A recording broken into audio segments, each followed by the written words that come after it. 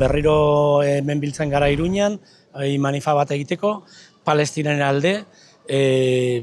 Palestinaren egoera oso txarra da, segitzen du oso txarra izaten,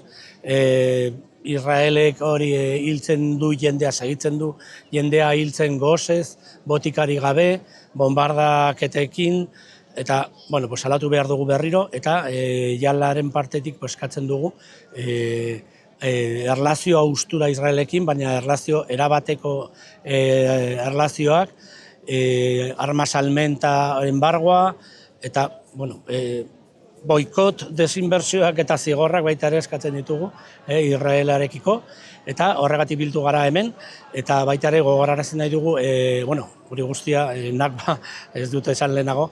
Nakba eguna hori gogorazten dugulako, orain dela 79 urte, uste dut, hondamendia iritsi zelako, Israelgo hori estatuaren sorkuntzarekin, eta horregatik hori bildu gara, eta gogoratu nahi dugu nola jalak segitzen du lan egiten instituziotan, orain dela egun batzuk hori lortu dugu Nafarroako Parlamentuak hori deklaratu duela sionismo ideologia